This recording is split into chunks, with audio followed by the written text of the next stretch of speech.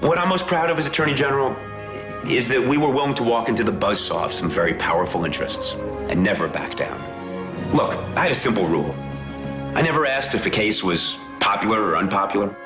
Never asked if it was big or small, hard or easy. I simply asked if it was right or wrong.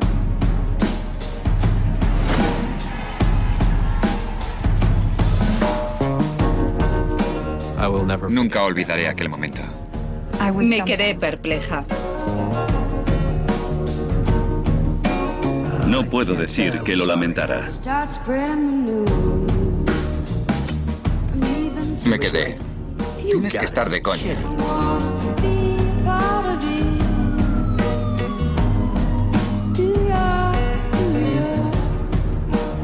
Iba a ser nuestro primer presidente judío. Había una corrupción y una avaricia empresariales que parecían haber llegado a su culmen, y él combatía todo eso.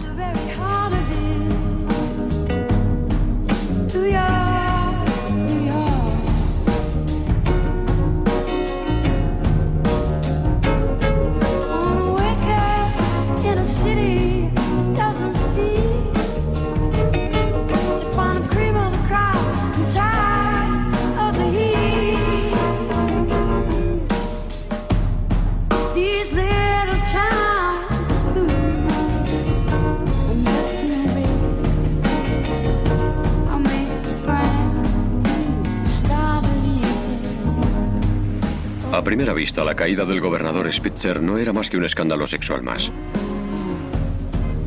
¿Era un asunto privado o un ajuste de cuentas público? ¿Y qué hay del momento? Unos meses después de su dimisión, los imprudentes bancos que Spitzer había investigado llevaron el sistema económico al borde del fracaso.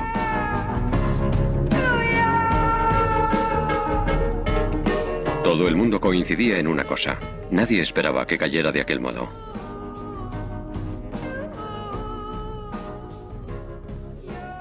Es, en cierta medida, una historia muy típica. Quizá la de un individuo que, desde fuera, parece que ha quedado cautivado por la arrogancia, por la idea de defender las virtudes y, creo yo, de trabajar con mucho ahínco por expresarse claramente y trabajar para establecer normas y límites. Pero entonces tiene un desliz y fracasa. Y esto se remonta a los tiempos de la mitología griega. Esto no es una historia nueva.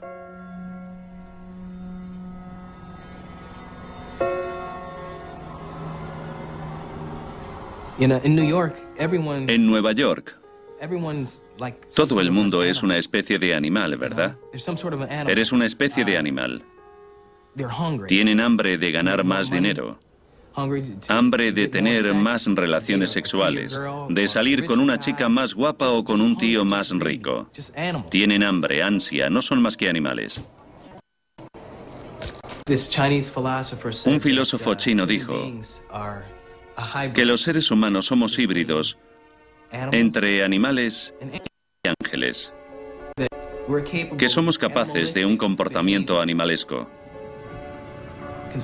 Consideren el sexo y la guerra, pero también somos capaces de hacer cosas hermosas como el arte, la música o de hacer el amor, ¿verdad? Yo meditaba sobre eso y pensaba, vaya, casi me gusta, somos medio ángeles, medio animales.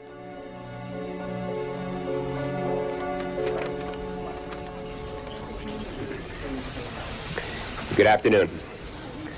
Over the past 9 years, 8 years as Attorney General and 1 as Governor, I've tried to uphold a vision of progressive politics that would rebuild New York and create opportunity for all. We sought to bring real change to New York, and that will continue. Today, I want to briefly address a private matter. I have acted in a way that violates my obligations to my family, and that violates my or any sense of right and wrong.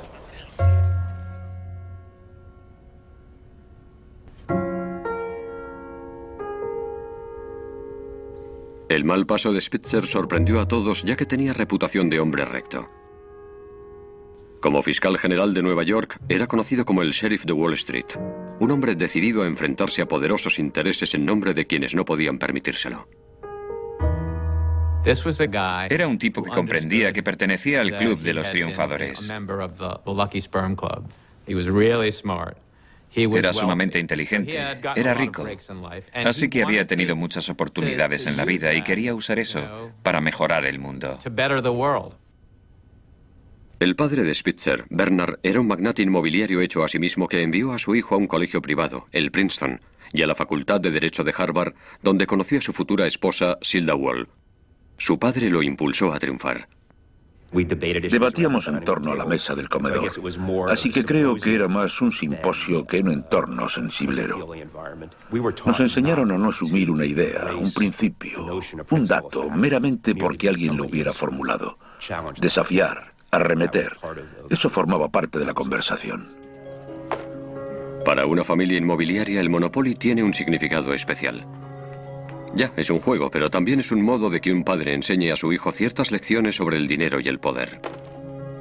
Mire, no quiero dar la impresión de que careciese de compasión, pero es cierto, me ejecutó una hipoteca en una partida de Monopoly. Bernard Spitzer engañó a su hijo para que vendiera baratos Boardwalk y Park Place. Luego lo limpió cuando cayó en un Boardwalk construido. La lección: no te fíes de nadie. Pero creo que lo que realmente quería enseñarme era cómo funcionaba el mercado. Y el Monopoly es un juego divertido, pero yo había construido y me había extendido de más. Y me dijo, lo siento, se acabó, hay consecuencias y aprendes una lección. ¿Cuál fue su reacción entonces? Pues lloré. Creo que tenía unos 10 años, o sea, era un crío.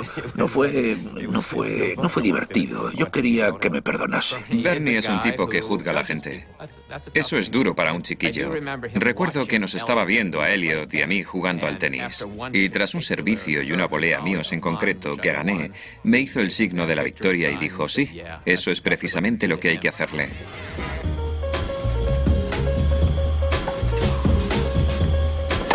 La estrategia de Elliot es persistir en su juego característico, golpes fuertes, servicio y volea. Mis reflejos son buenos. Me encanta subir a la red. Como digo, el juego que practicaba no dejaba de mejorar. El concepto de Elliot Spitzer de servicio público era como su tenis: atacar, atacar, atacar. Siendo fiscal general, Spitzer vio la oportunidad de hacer algo más que hacer cumplir la ley. Quiso usar la ley para cambiar el funcionamiento de la sociedad. Demandó a las centrales de carbón de Ohio por causar polución en Nueva York. Demandó a General Electric por realizar vertidos tóxicos en el río Hudson. Descubrió fraudes en la industria farmacéutica, ya que los fabricantes de píldoras ocultaban los daños provocados por sus medicamentos. Luchó por el salario mínimo para los repartidores y obligó a los restaurantes de lujo a contratar más mujeres. Se enfrentaba a todos ellos porque nadie más lo hacía. Hay una razón para que Elliot Spitzer se hiciera famoso como fiscal general de Nueva York. El cargo había quedado relevado a un segundo puesto. Se había centrado en la regulación de los concesionarios de automóviles corruptos. Y Elliot Spitzer se centró en Wall Street, en los peces más gordos. Y la premisa de Spitzer, que era correcta, era que no puede permitirse que Wall Street se regule solo, ya que si no pasarán cosas terribles. Cuando llegué al cargo, que fue en enero de 1999, estábamos en un periodo en el que Wall Street y los bancos de inversión eran, para usar la gran frase de Tom Wolfe, los amos del universo. Para proteger al ciudadano de a pie, Spitzer estaba dispuesto a perseguir a los banqueros y a los directores ejecutivos como a cualquier otro delincuente. In the course of this investigation, my office developed evidence indicating that analysts gave misleading advice that helped the brokerage's investment banking clients but harmed individual investors. Cuando nos metimos en esto, todo el mundo dijo, pero bueno, ¿qué está haciendo el fiscal general de Nueva York abordando este problema? ¿No debería hacerlo la comisión de cambio? Y mi respuesta fue, sí, pero no lo ha hecho. Y si no lo ha hecho y están desplumando a los inversores, lo haremos nosotros.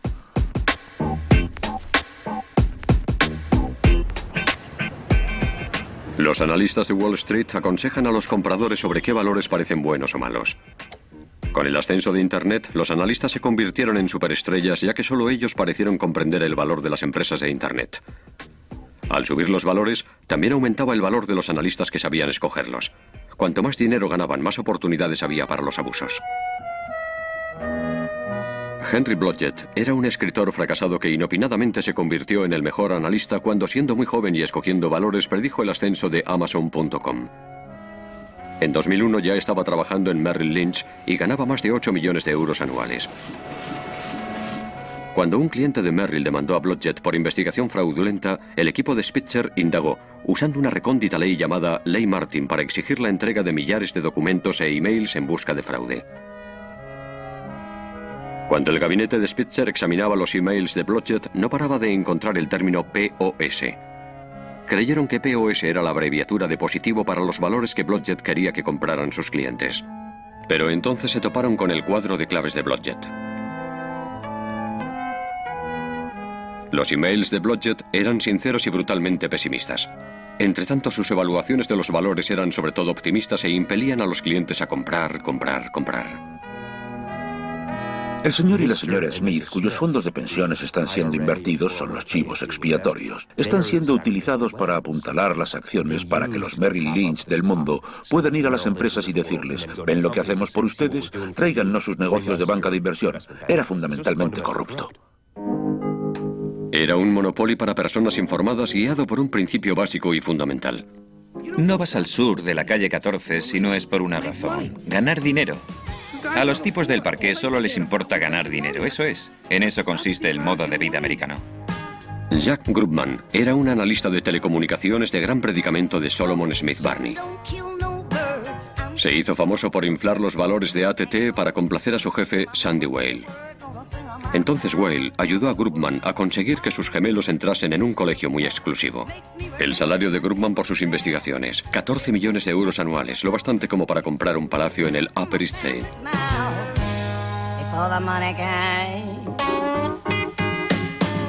La carrera de Grubman acabó cuando infló implacablemente los valores de una empresa llamada WorldCom poco antes de caer en bancarrota. Do you regret in hindsight staying so bullish on the company for so long? Nothing. Look, I mean, why are you harassing me like that? I'm not harassing you. I'm just asking you questions about the company that you cover. This caught you completely by surprise, you say? Yes. Yes. Thank you. Yeah. Before the money started rolling in. Siempre pasaba esto. Entre nosotros lo llamábamos el momento ven a Jesús. Íbamos a quien quiera que fuéramos a encausar y o perseguir por hacer algo malo y le decíamos, en términos nada equívocos: díganos por qué, dados los hechos, podríamos equivocarnos si lo encausamos. Al principio de la investigación, los abogados de Merrill Lynch vinieron a mi oficina, me miraron y dijeron: tienen razón, pero no somos tan malos como nuestros competidores.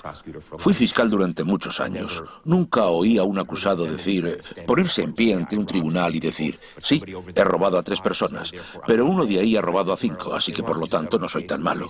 Dije a los de Merrill Lynch: querían llegar a un acuerdo y pagar una suma, y dijeron: les pagaremos una gran suma de dinero si prometen mantener la información en secreto. Y dije que no, porque mi misión como fiscal general es cambiar el sistema para que sea justo y sea honrado.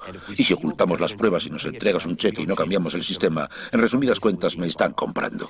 My office has reached an agreement that will help ensure the integrity of investment advice on which investors often depend. Blodgett y Grubman pagaron multas millonarias y fueron vetados de la industria bursátil de por vida. Pero sus empresas compraron su silencio permanente con magníficas indemnizaciones por cese. A cambio de guardar silencio acerca del comportamiento de la firma, Solomon Smith Barney pagó a Grubman 21 millones de euros.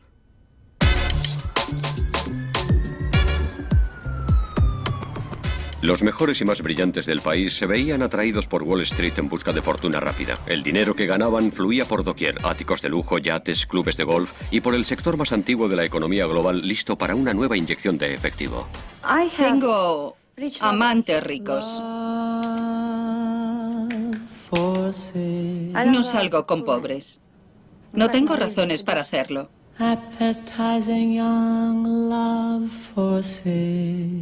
Yo no llamo a la prostitución y al acompañamiento vender tu cuerpo. No vendes, alquilas. Me encanta tener la cuenta llena. Es mejor que tenerla vacía.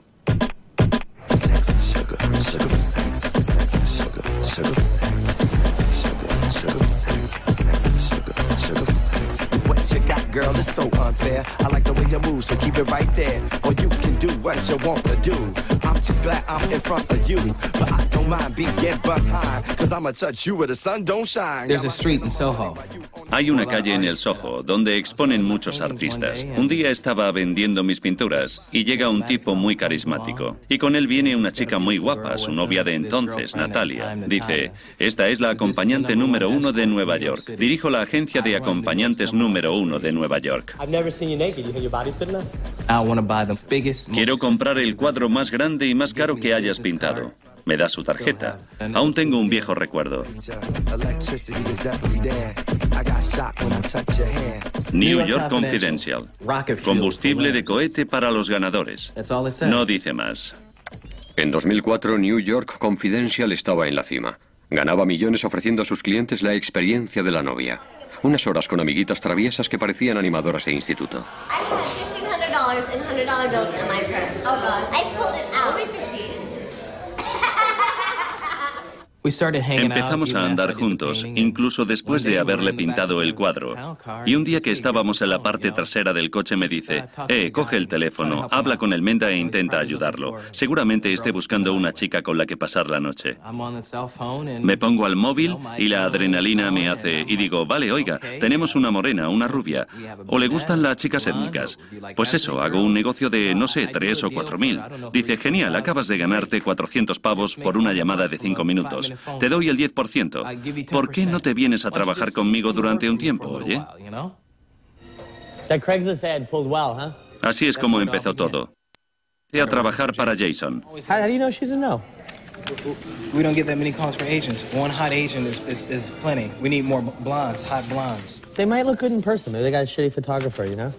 Hot blondes. She's a definite yes.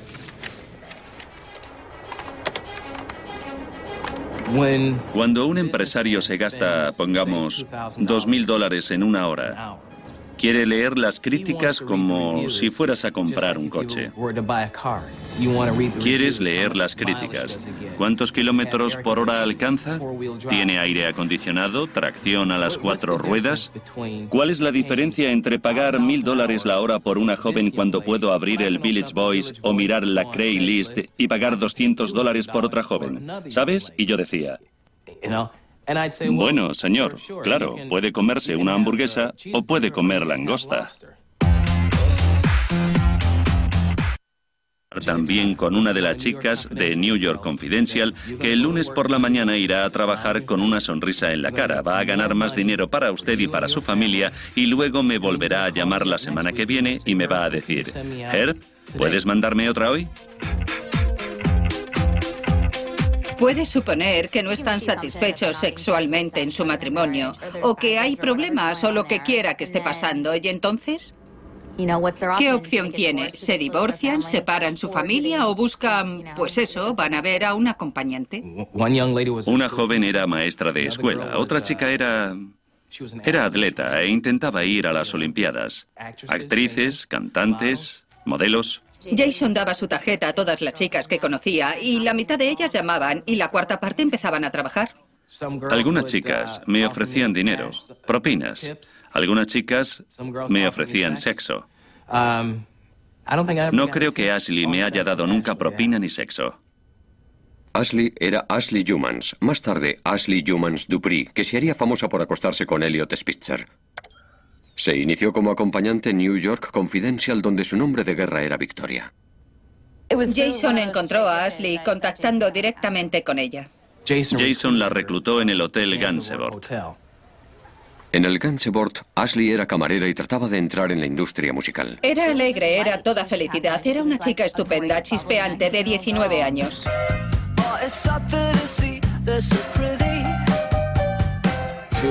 Era una típica chica estadounidense de ascendencia italiana de Nueva Jersey. A los tíos les encantaba, tendría unas feromonas estupendas o algo así. A las 3 o 4 semanas, su caché subió hasta los $2,000 la hora con un mínimo de 2 horas. Sus críticas eran increíbles también. Creo que obtuvo como 12 puntuaciones consecutivas de 10 sobre 10. Después de hacer nuestra primera cita juntas, le dije, Jason, tienes que reservar a esta chica. En primer lugar es estupenda, pero además tiene un coñito perfecto. El reinado de Ashley acabó cuando en New York Confidential hubo una redada policial. No se detuvo a ningún cliente, pero Hulbert fue acusado de fomentar la prostitución y pasó 8 meses en la...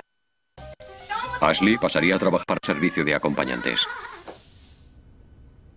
For every New Yorker who's been ignored, left out, who's been told you can't fight City Hall so many times, they've come to believe it. For every New Yorker without a voice, listen, there's one strong enough for all of us.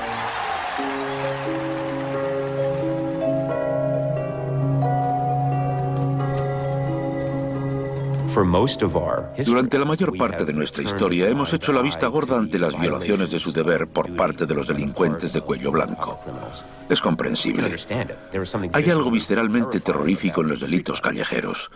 Y hasta que estás a salvo en casa, te preocupas un poco menos por lo que a menudo es algo más amorfo. ¿Cuál es la naturaleza del delito de cuello blanco, que es un latrocinio más sutil?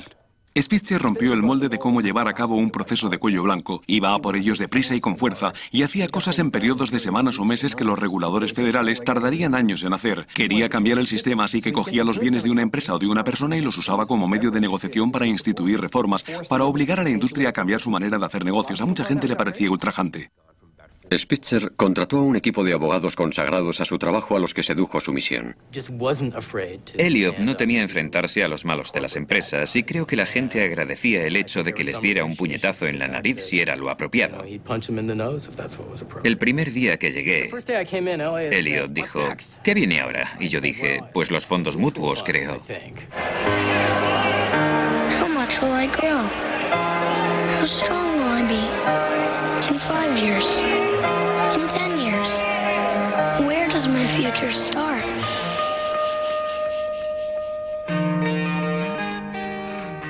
Los fondos mutuos, en teoría, eran un lugar seguro para que los trabajadores invirtiesen su dinero. Pero había rumores de que sofisticados inversores estaban jugando con esos fondos. Me puse a estudiarlos intentando averiguar cómo encarar el asunto. Y cuando estaba inmerso en esto, recibí un aviso. Dejé unos mensajes muy patéticos en el contestador. Denunciar un delito es difícil. Debes ganarte la credibilidad. Tienes que... Parece que te están interrogando. Noreen Harrington tenía una amplia experiencia financiera. Tras 11 años en Goldman Sachs, dirigía el Departamento de Ingresos Fijos Globales del Barclays. Luego pasó a trabajar para Eddie Stern, el hijo de un célebre millonario dedicado a la comida para mascotas. El fondo especulativo de Eddie Stern, Canary Capital, producía resultados espectaculares en un momento en el que el mercado de valores se estaba estancando. Los altos beneficios, decía Harrington, procedían de manipular los fondos mutuos. Estaban haciendo algo sumamente atroz, que era comprar al cierre.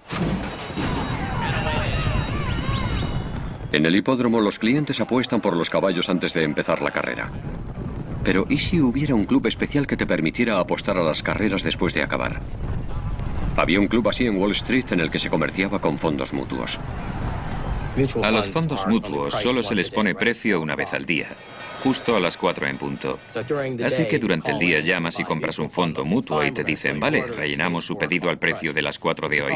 Si llamas a las 4 y 5, en teoría te tienen que decir, vale, rellenaremos su pedido al precio de las 4 de mañana. Pero ¿y si pasaba algo, digamos, a las 4 y 5 que hiciera subir el valor del fondo? Si podías como inversor llamar a las 4 y 10 después de haber oído esa noticia, volver y comprarlo al precio de las 4 y esperar a que subiera al día siguiente y venderlo, sacando un dinero en la operación. En un caso fueron a un banco y el banco puso una terminal de gestión en Canary Capital, Eddie Stern. Eddie introducía como 40 operaciones antes de las 4 en punto. Ahora pongamos que son las 10 de la noche. Cancelan las 30 que perdieron dinero y conservan las 10 que ganaron dinero. Y así había un banco trabajando con un cliente, destruyendo los beneficios que se debían a toda la gente de esos fondos. El nombre del banco era Bank of America. Pasamos mucho tiempo diciendo, esto no puede estar pasando porque nadie puede ser tan, pues eso, tan rastrero. Recuerdo que eran como las 9 de la noche y alguien dijo, vaya, acabamos de ganar 10 millones a esa gente. Y yo pienso, ¿cómo comercias con fondos mutuos a las 9 en punto? Eres una veterana con 20 años de experiencia. Cuando Stern se enfrentó a las pruebas que había contra él, llegó al acuerdo de colaborar con la investigación de Spitzer, lo cual puso en marcha la naturaleza depredadora de Wall Street. Como inversor en el mercado de valores tienes ciertas expectativas. Sabes que hay peces gordos por ahí que seguramente tienen mejor información que tú. Y precisamente para escapar de eso recurres a los fondos mutuos. Y la idea de que había algunos tiburones en el acuario contigo con todos esos millares de pececillos, la verdad es que fue toda una sorpresa. Cursé la primera citación a finales de junio de 2003. Y el 4 de septiembre anunciamos un acuerdo. 3 meses después acabé de hablar con ellos. El que Eliot Spitzer y su gabinete tuvieran autos de procesamiento, acuerdos, fue increíble para mí. Una de las preguntas que me formulan mucho es, ¿creía que jamás volvería a trabajar? Y pienso mucho en esa pregunta porque al hacer esa pregunta quieres decir, si haces un servicio al público y ayudas a 95 millones de personas y evitas un delito, ¿esta industria no te querrá?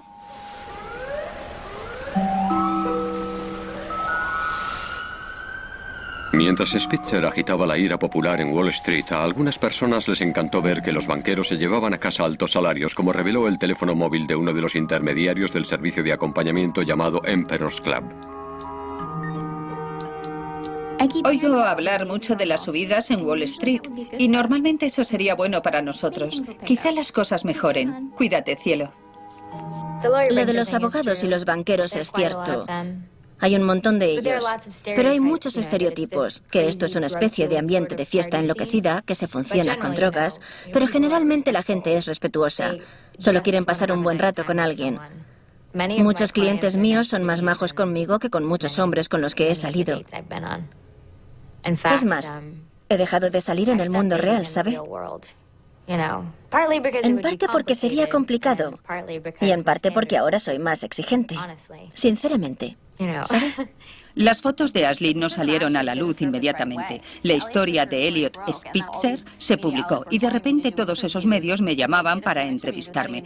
¿Que mi Ashley era nuestra Victoria? ¿Era Kristen? ¿Era, pues eso, todas esas? Tonight, Eliot Spitzer resigns as governor of New York. Where will he find comfort in this difficult time? Me quedé sorprendido cuando pasó todo, pero entonces, cuando vi que la foto de Ashley aparecía en las noticias, me quedé, espera un segundo, ¿sabes? Y me quedé, ay, mi madre, no me lo podía creer. Era la adecuada.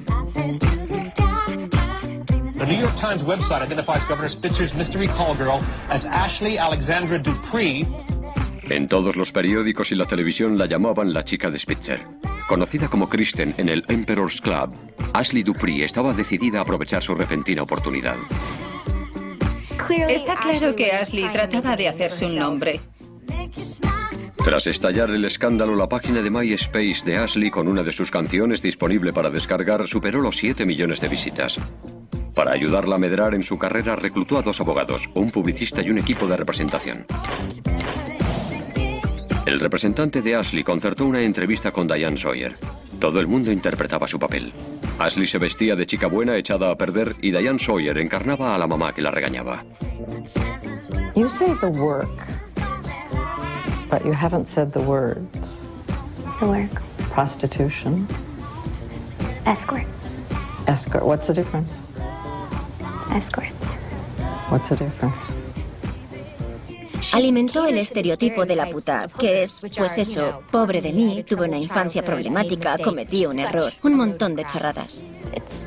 I can't change the past. I can only try to take what I've learned and apply that to my future. Nos pagan unas escandalosas cantidades de dinero. Ninguna de estas mujeres se ve obligada a hacer esto. Y no son estúpidas. Muchas de las prostitutas profesionales que conozco son mujeres muy inteligentes que no han sufrido abusos, que no tienen trastornos mentales. Solo resulta que creen que este es un trabajo ideal. Y también sus clientes. El teléfono móvil del intermediario del Emperor's Club ofreció una imagen de la lista de pudientes clientes del club. Un ganador del Oscar, directores ejecutivos y banqueros de inversiones de altos vuelos. El club los trataba como emperadores. ¿Y por qué? Ganaban más dinero que los reyes. Disfrutaban saliéndose con la suya con las mujeres y el mundo. Así que no era de extrañar que estuvieran resentidos cuando el fiscal general de Nueva York empezó a dificultar su modo de vida. The Economist magazine calls him Wall Street's scourger in chief. He's gone from complete anonymity to what Fortune magazine calls the most feared man on Wall Street. Spitzer has deputized himself as the sheriff of Wall Street and is leading the posse for retribution, restitution, and reform. Spitzer apeló tanto a demócratas como a republicanos. Era un liberal partidario de la ley y el orden sin miedo a contraatacar. When you go down to Wall Street, like when you walk into a building on Wall Street, is it like turning the light on in the kitchen and the roaches just scatter everywhere you go? You know, are you a beam of light? It is.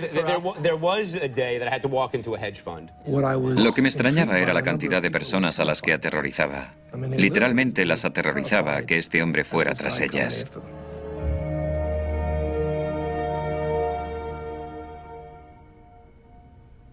Intentaba que la gente se fijara en el problema de los bonos para directivos. Estaba descontrolado. Off the rails.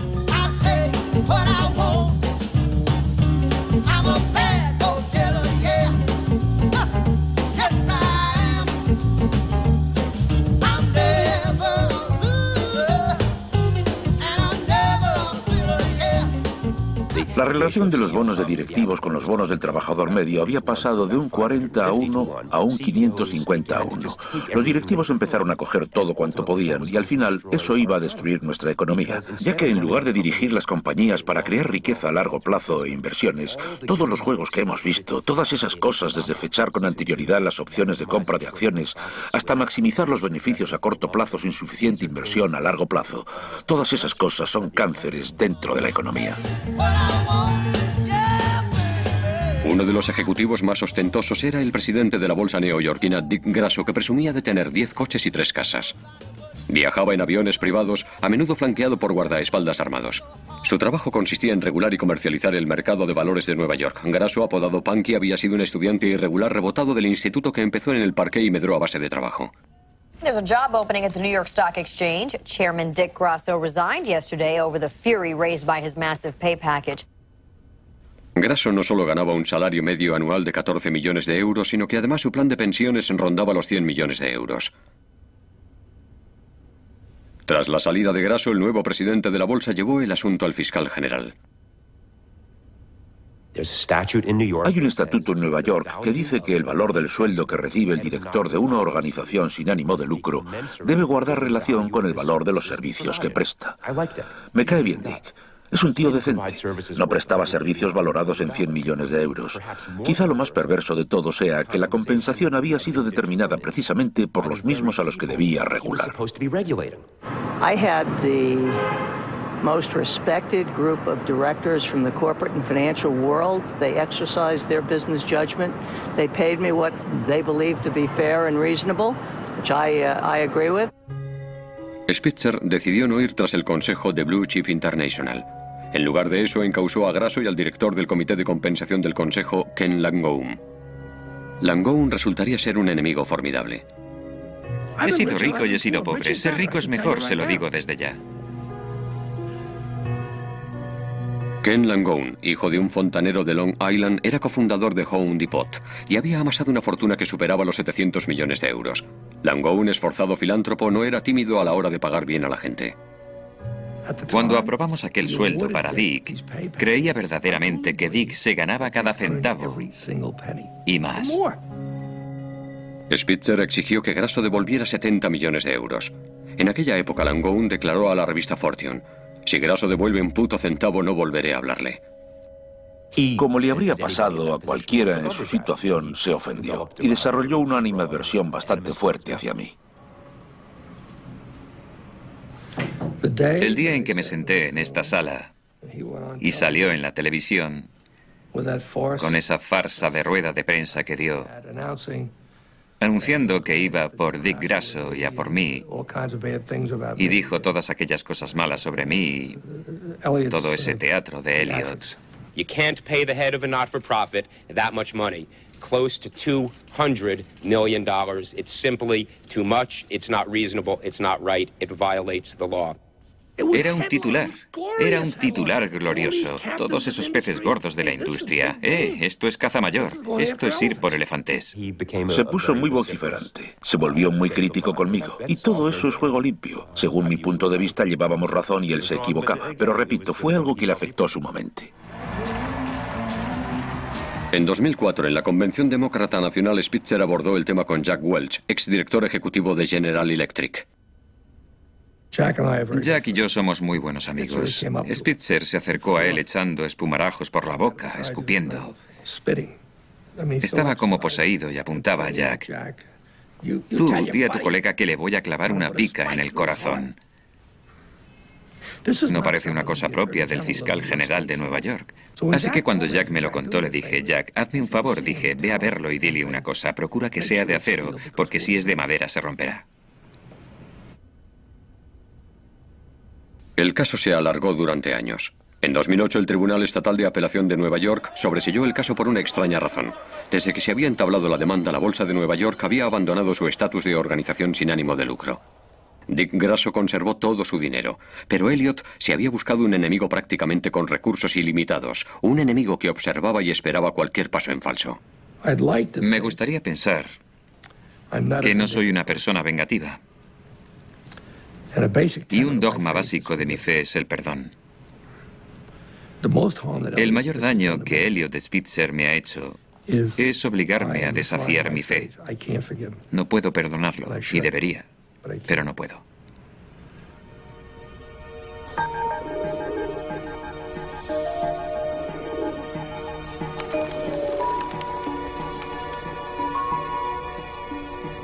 Con Ken Langone, Spitzer se había buscado un poderoso enemigo. Y luego añadió otro cuando la emprendió con Hank Greenberg, presidente de la mayor aseguradora del mundo, AIG.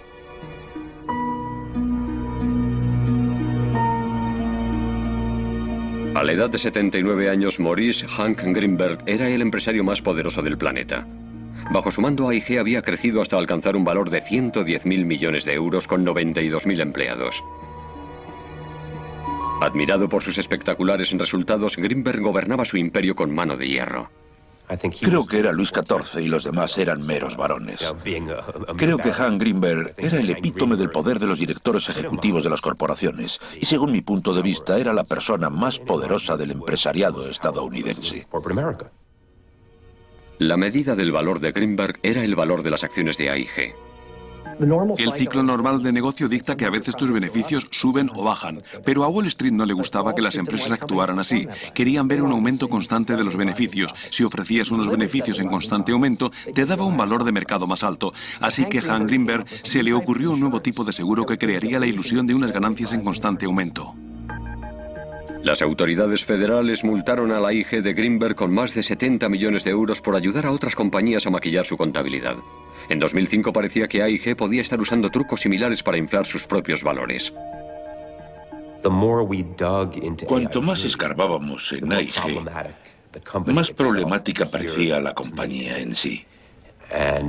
Y el aspecto desconcertante del tema era que aquello parecía venir de la mismísima cima. ¿Y cuándo se enteró de la investigación sobre AIG de Spitzer? Cuando me llegó la citación. Un negocio realizado por Greenberg captó la atención de Spitzer y los investigadores federales. Era un contrato sospechoso entre AIG y Genry, una empresa perteneciente al multimillonario Warren Buffett. Uno de los momentos más desconcertantes de este caso fue cuando surgieron las grabaciones, que eran pruebas fehacientes, abrumadoras, de cómo habían sido exactamente aquellas transacciones. A todo esto, Dick Beatty me llamó un sábado por la mañana a casa y me dijo, vamos a hablar de esto. La Junta quería que yo averiguase lo que pudiera sobre la investigación de Genry. Elliot estaba haciendo footing o algo así un sábado por la mañana. Me reuní con él en el parque. Lo único significativo que me dijo, que yo recuerde, fue que tenían el nombre de Hank en las grabaciones. Hank Greenberg phoned up Ron Ferguson and said, Ron, I need your help.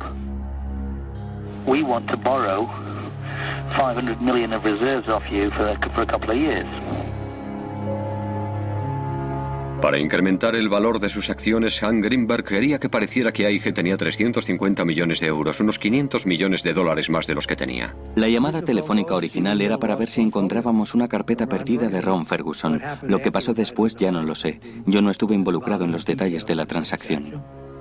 Hank's phoning him every day to ask how it's going, and the idea now is to go back and say, yes, we've got 500 million of reserves. Clearly, this is a confidential transaction. Yeah. So I'm telling you, this is being handled at the highest levels in AIG. She says it is highly, highly, highly confidential, and if anybody ever hears that, you know, that we're involved, would be in deep shit.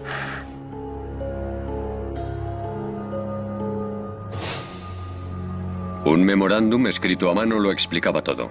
Henry fingiría pagar a AIG 350 millones de euros, 500 millones de dólares en 2 plazos por el contrato de un seguro falso. No se corría el riesgo de pagar una reclamación. Para hacer el trato falso, AIG pagaría a Henry unos honorarios de 3,5 millones de euros. No risk for 5 million bucks. Las iniciales de Hank Greenberg, MRG, aparecían por todo el documento. The two people at AIG who are involved are Hank Greenberg and Chris Milton. AIG era una compañía grande. Yo no estaba centrado en la transacción de Henry. There's an old saying that's attributed to Hank Greenberg that I have no reason to doubt, which is that all I ask for is an unfair advantage. Yes. And it sort of gives you... Well, yeah, that tells you something, doesn't it? Yeah. Lo que para Greenberg era una ventaja injusta, para los contables de AIG PricewaterhouseCoopers era maquillar las cuentas. La firma rehusó aceptar las declaraciones financieras de AIG mientras Greenberg fuera director ejecutivo. Hank no fue expulsado por Elliot. Lo que pasó fue que la investigación subsiguiente y los contables al final dijeron, ya no vamos a aceptar esa certificación. Así que la junta directiva está ahí sentada diciendo, Dios mío, ¿qué significa eso? Eso es lo que condujo a la junta a decidir que Hank tenía que irse. Y también otra cuestión. Spitzer exigió que Hank Greenberg testificara bajo juramento. No obstante, los abogados de Greenberg le recomendaron que no testificase a pesar de la política de AIG de despedir a los empleados que no colaborasen con los reguladores. Eso preocupó a mucha gente de la Junta. Querían que él dijera, desde luego que no me voy a acoger a la quinta enmienda, voy a testificar. Creo que Frank Sark y yo llamamos a Hank y le dijimos que la Junta había tomado la decisión de que se fuera. These are very serious offenses, over $1 billion of accounting frauds that AIG has already acknowledged. That company was a black box run with an iron fist by a CEO who did not tell the public the truth. That is the problem. So does that mean you're moving toward an indictment? No, I didn't say that. It depends what we will prove or can prove that Mr. Greenberg knew at the time. We have powerful evidence. We will proceed with it. It's too bad that the Attorney General doesn't come out from behind his office where he's protected against libel. I wish he'd come out and say these things as a citizen. Spitzer atacó a Greenberg.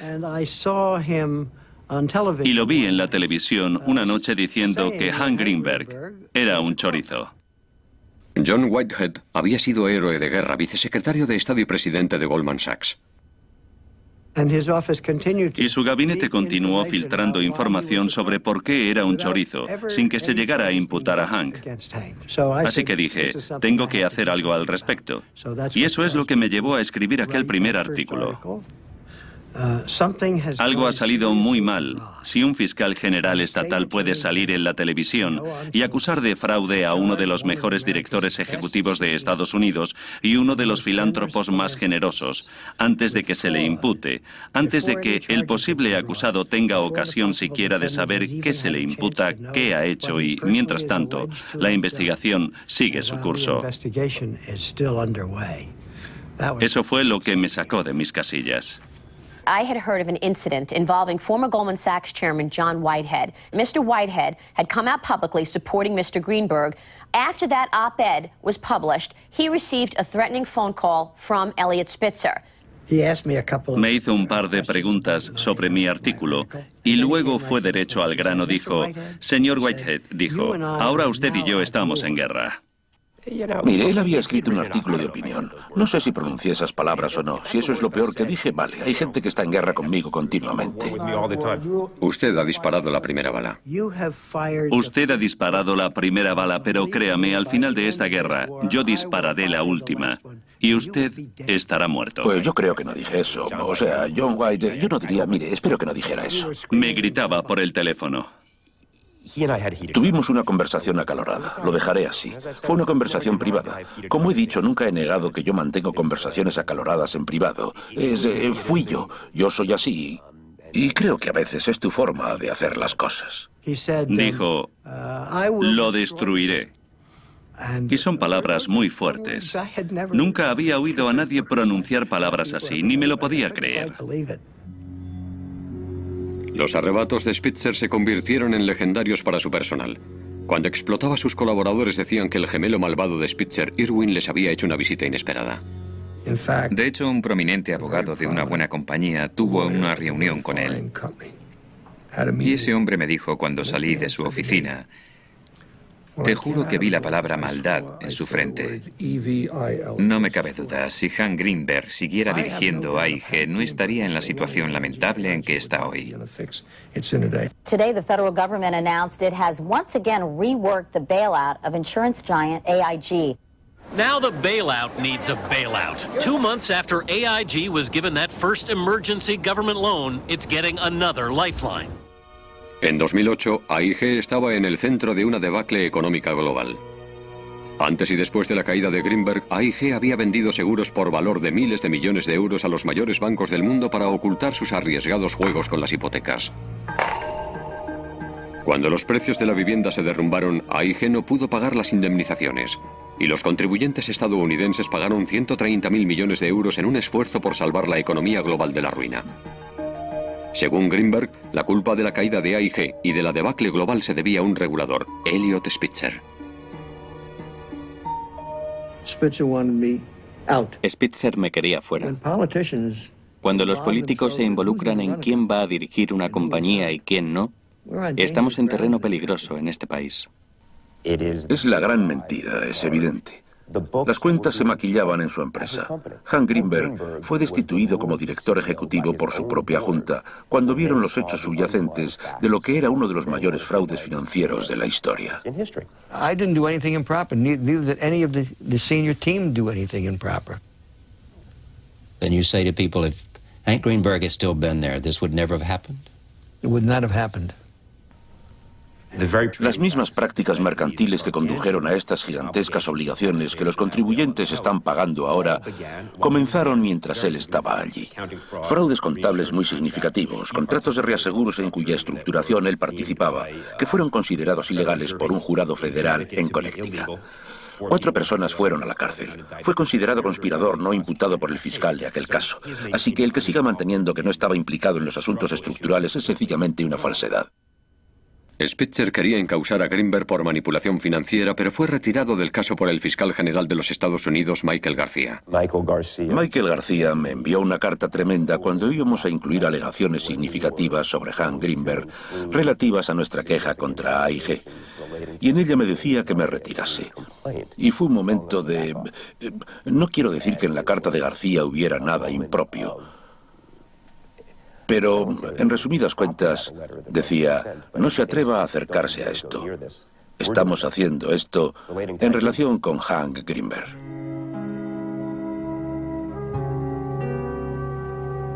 Michael García nunca imputó a Greenberg. En lugar de eso, dirigió la causa que condujo a la caída de Spitzer. Tanto Greenberg como Langone contrataron a empresas de relaciones públicas para ir a por Spitzer y Langone contrató a un investigador privado para que averiguara lo que pudiera. Quiero pasar al tema del Emperor's Club. ¿Cuándo empezó, aproximadamente? En algún momento de 2006. ¿A principios de 2006? Más o menos, sí. Usted volaba lo más alto que podía volar. Y esto es anterior al momento en que estaba bastante seguro de que iba a ser gobernador de Nueva York. ¿No cree usted?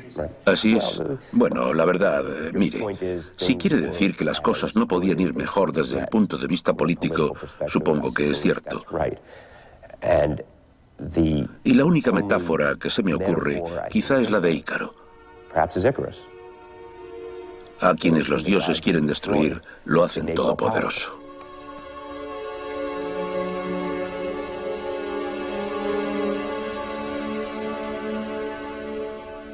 A friend of mine recently gave me a T-shirt that he claimed he had printed for investment banker friends of his, but he thought I would enjoy it and maybe I could even learn from it. The T-shirt said on its front, "Hubris is terminal."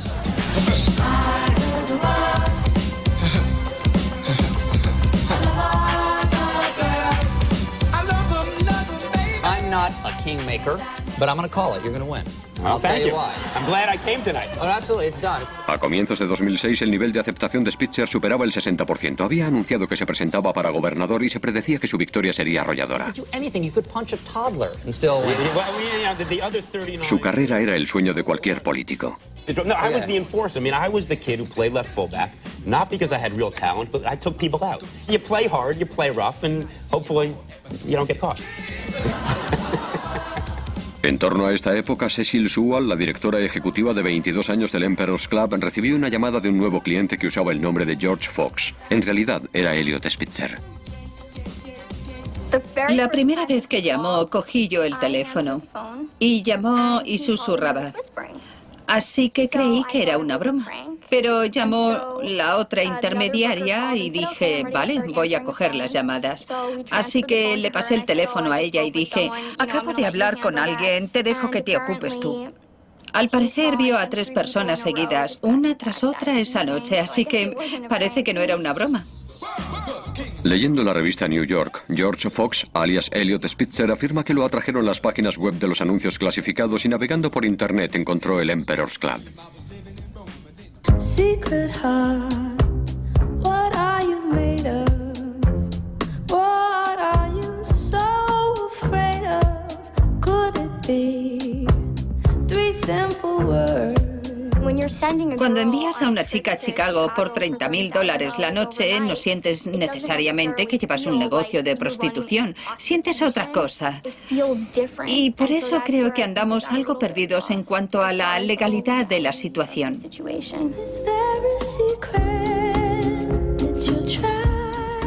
Cecil Sewell dejó la Universidad de Miami cuando se enamoró de Mark Brenner, de 60 años, propietario del Emperor's Club. Pronto lo dirigían juntos. La noche que nos detuvieron, estábamos durmiendo juntos en casa, abrazados. La verdad es que nos queríamos. No solo éramos amantes, sino que también teníamos el negocio. Así que lo teníamos todo en uno. Y yo lo quiero. Aún lo quiero.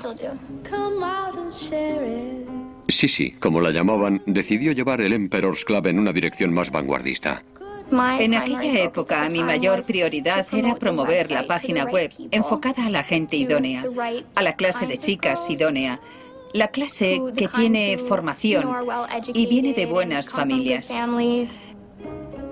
El número de diamantes que tenía la modelo indicaba no solo su tarifa por hora y por día, sino también la calidad en general de la compañía que podías esperar de ella.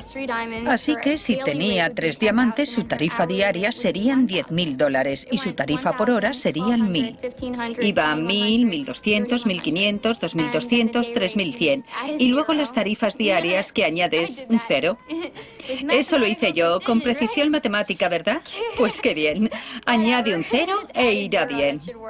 Teníamos un núcleo de chicas que valorábamos enormemente, que eran las que nos daban beneficios, y luego teníamos una especie de efecto espiral. Ashley costaba $1.000. Desde luego no era del núcleo. Desde luego era una de las chicas de los lados, digamos de las periféricas. Teníamos gente trabajando con nosotros en Los Ángeles, Miami, Nueva York, Londres, París. Las teníamos por todo el mundo. El cliente más rico de Londres era el duque de Westminster. Una de sus parejas era Sana Brasdes. Ella se bebió una botella entera de champán. Y como no bebe alcohol, se emborrachó. Y cuando se dio cuenta de quién era él, fue a la prensa y fue una metedura de pata, por así decirlo. Sana había conculcado las normas básicas del club y hubo que despedirla. Empecé a buscar modelos de moda y a la más alta élite financiera como clientes, y yo los reunía y cobraba una tarifa. Ya lo entiendo. Así que esa era la idea. En otras palabras, mientras se presentara como un servicio de contactos, no estaba haciendo nada ilegal. Sí. El hombre conocido como George Fox se convirtió en cliente habitual. ¿Con qué frecuencia veía a Ashley o Kristen? Bueno, la vio una vez. Y supongo que fue la gran experiencia del Mayflower. Pero fue solo aquella vez. Una vez. How often did you see Governor Spitzer? Legally, I'm not able to answer that question. Court documents say they may have had previous encounters. Los documentos judiciales no decían eso. Ashley Dupree dejó que todo el mundo creyera que era la chica del gobernador. Pero tan solo fue un rollo de una noche captado por un micro en el Hotel Mayflower de Washington. Eso suscita la pregunta, ¿quién más había allí? Había alguien a quien él disfrutaba mucho viendo, y era una chica muy guapa y muy inteligente, y no una modelo de moda. Tenía su propia carrera, y le gustaba verla frecuentemente. Y de hecho ella fue la primera persona que dijo, este es Elliot Spitzer. La acompañante escogió el nombre de Angelina. Descubrimos quién era y accedió a hablar con nosotros siempre y cuando no desvelara su verdadero nombre, su cara ni su voz. Así que transcribimos su entrevista y contratamos a esta actriz para que transmitiese sus palabras.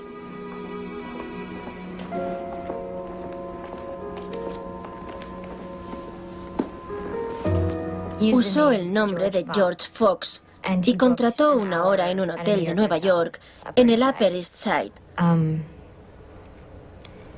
La primera vez fue todo muy formal. Usted dijo que no estaba muy interesado en la compañía. Cierto. Se está riendo. Es como si... Tiene gracia. Porque él no estaba nada interesado en la compañía. Yo no, por lo que he oído. Recuerdo que pensé que era, siento decirlo tan crudamente, un cliente de los que quieren que su dinero rinda. Dije a la agencia, no quiero volver a ver a esa persona. En lo que parece ser una epidemia de figuras políticas y escándalos sexuales, una cuestión es, ¿por qué? Pues eso. ¿Por qué putas? O sea, ¿por qué? Más que nada porque es, pues eso, ilegal. Repito, no quiero profundizar en... Desde luego no quiero hablar por otros, e incluso en mi propio caso. La verdad es que no quiero hablar de ese tema, salvo para decir que caes en la tentación, del modo que quizá parece más sencillo y quizá en cierto sentido retorcido es menos dañino. ¿Menos dañino? ¿Cómo? Que tener aventuras o relaciones, que es algo muy diferente. ¿Que tener, perdón, tener qué? Que tener relaciones, que es algo diferente. ¿Quieres decir que hay algún tipo de emoción? Tal vez, sí. Elliot Spitzer había dado el primer paso hacia su doble vida. Acababa de entrar en un mundo que hasta entonces solo había visto desde fuera, como fiscal. En abril de 2004, tras realizar escuchas en un club social de Staten Island, Spitzer ayudó al FBI y a la policía neoyorquina a acabar con una trama de prostitución de lujo. Él sabía cómo se había hecho. También sabía que su vida iba a volverse más pública que nunca.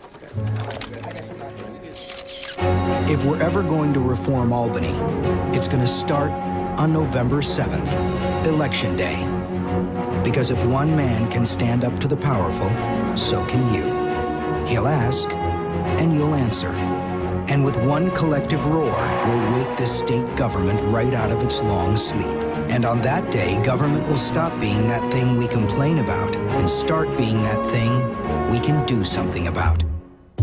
Cuando empecé a hacer los anuncios de la campaña de Elliot, todo el mundo estaba entusiasmadísimo, ya que todos teníamos la sensación de trabajar para un candidato, de los que solo surgen, no sé, una vez cada 20 años. Pues eso, cada 30 años.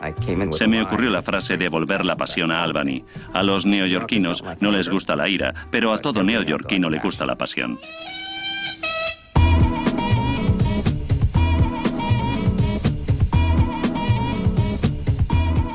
Hilda Wall Spitzer persuadió a su marido para que contratara a Jimmy Siegel. Pensaba que Siegel tenía la capacidad para encauzar el estilo severo y combativo de Spitzer para una campaña emotiva y populista.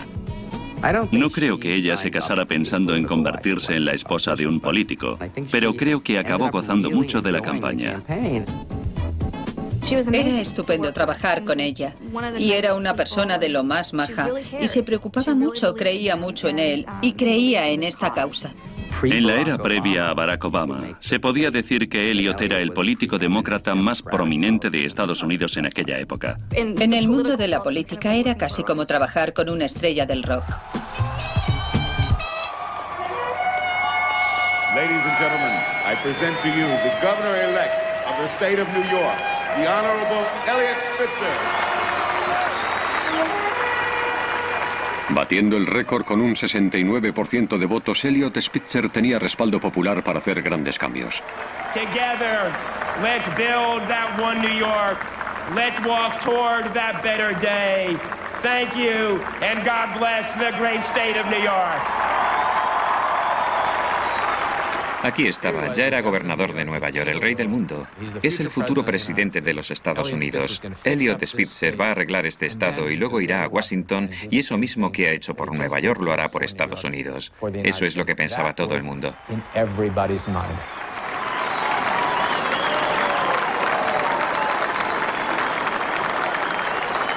La gente me decía antes de ganar, haz con Albany lo que has hecho con Wall Street. Y lo intentamos.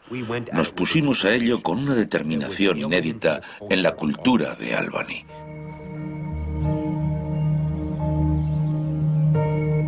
La sede de la gobernación de Albany era un monumento a la corrupción.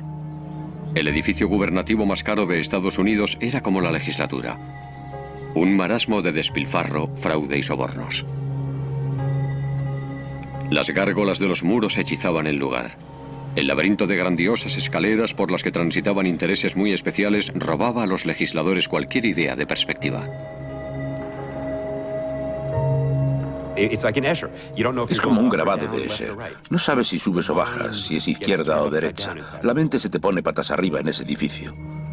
Creo que a lo largo de los años algunos lo han considerado muy apropiadamente una metáfora de la naturaleza laberíntica de la política neoyorquina. It's time for Live from the State Capitol with Fred Dicker. Fred Dicker, del New York Post, era un veterano que llevaba 25 años en Albany. Well, this is Fred Dicker live at the State Capitol. Welcome. What a beautiful day. It's going to be even more beautiful. Dicker, profundamente conservador, se enorgullecía de autodenominarse una puya que da igualdad de oportunidades, ya que atacaba a quien quiera que estuviera en el cargo. Eliot Spitzer, que no aguanta mucho a los tontos, trataba con otra rama del gobierno, la legislatura, que podía bloquearlo a cada momento como si él pudiera meterse con ellos como si fueran ejecutivos de Wall Street.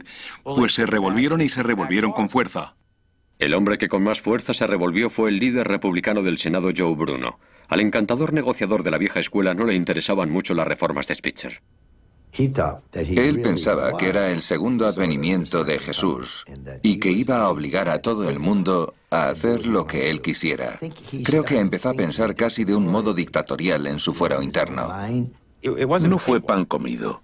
No iba a ser tan fácil como instruir un caso legal, presentárselo a una comisión legal y obtener una resolución. Esto es un proceso político que es mucho más complicado, es un ajedrez tridimensional. El ajedrez no era el juego de Joe Bruno. El ex campeón de boxeo sabía cuándo esquivar, cuándo contraatacar y a veces cómo amañar un combate. En el Senado tenía un fondo discrecional anual de 60 millones de euros para repartirlos por el Estado como si fuera un fertilizante político. En 2007 el FBI estaba investigándolo por corrupción. Se decía que Joe quería irse de un modo airoso. Me dijo repetidamente, somos socios, vamos a hacer bien las cosas. Pero no sabía negociar, no sabía llegar a acuerdos. Spitzer atacó a Albany de frente. Al principio obtuvo algunas grandes victorias, pero para aprobar sus primeros presupuestos tuvo que jugar al estilo de Joe Bruno, intercambiando favores en acuerdos secretos. Cuando hicimos los presupuestos, cuando me reuní con él, esto se iba, esto se iba, esto entraba, nos dimos la mano y se hizo cara a cara. Francamente, lo criticaron por plegarse a algunas de nuestras necesidades. La prensa lo puso a caldo por eso. Spitzer respondió insistiendo precisamente en algo muy detestado por los políticos de Albany: los debates abiertos y racionales. Thank you to everybody for being here in what is now, I think, our fifth in what will be a continuing effort to meet, to forge consensus on issues, raise issues, frame an agenda. Spitzer quería que los debates fueran como las cenas en la mesa de su padre, pero Joe Bruno era la espina en el costado de Elliot. But, Governor, I mean, again, I say this very respectfully. That is nuts. Lo que quería era que te sentases ahí como alumnos con el profesor y asintieras mientras te echaba la charla y pontificaba. Pues el gobierno no funciona así. Joe, I'm now going to tell you something very simple. This is my room. You're not going to now derail us from a conversation about energy which we were just having. This has been a useful... I thought you concluded. Y le dije varias veces, le dije, ¿qué demonios le pasa? Comprenderá que necesita la cooperación de la legislatura de ambas casas. Y dijo, bueno, estamos en guerra. Esto es una guerra. Y lo dijo como si fuera un niño grande. Fue elegido para ir a Albany y cambiar la tendencia de 30 años de declive en el Estado, para reformar el gobierno del Estado y hacer algo con la economía, que desde hacía décadas estaba en lenta decadencia en el Estado de Nueva York. Tenía temperamento, tenía pasión. Su política era centrada y estaba bien concebida en su ejecución. Es lo que quería la gente que se hiciera. Well, I'm a steamroller, babe. I'm bound to roll all over you.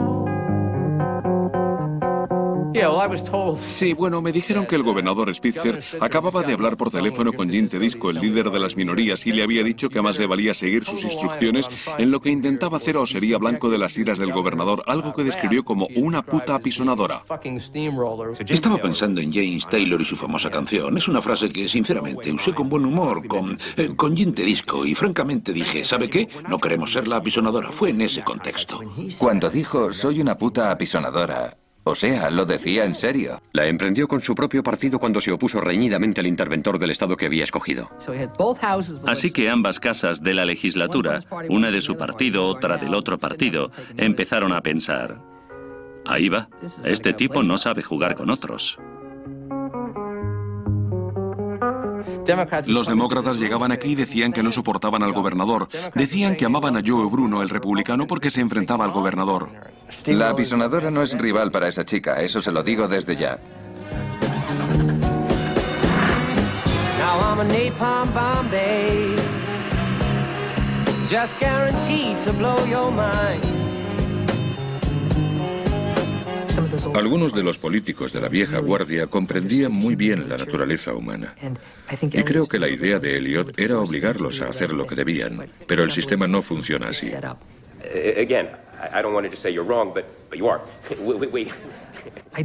Yo le decía, jefe, este sistema está montado de modo que solo son posibles cambios graduales. Y él se ponía, me cago en... No, ¿qué va? Y el resultado que eso produjo es que empezó a saltarse al señor Bruno para hablar con senadores concretos del Estado. El señor Bruno se lo tomó como un acto hostil. Rápidamente anuncia en público que va a derrocarme como líder, que soy historia, y que la mayoría republicana va a dejar de existir y va a eliminarnos. Yo dije algo así como, ¿sabe? He dado maleantes y matones toda mi vida.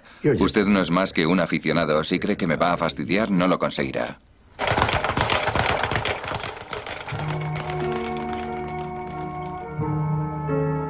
Sabíamos que iban a atacarnos con fuerza si alguna vez dábamos un traspié. Dijo, tiene razón. Si alguna vez caemos, nos darán una patada en los huevos, que es por lo que fue tan sorprendente su caída. ¿Empezó a parecerle que era posible que lo atraparan o ni siquiera se le ocurrió en algún momento dado? No, pues claro que sí. Pues claro que sí. lidias con ello y ya está. ¿Cómo lidió con aquello? Ese es uno de esos misterios de la mente humana, supongo. No creo que pueda responder a esa pregunta porque no creo que lo sepa.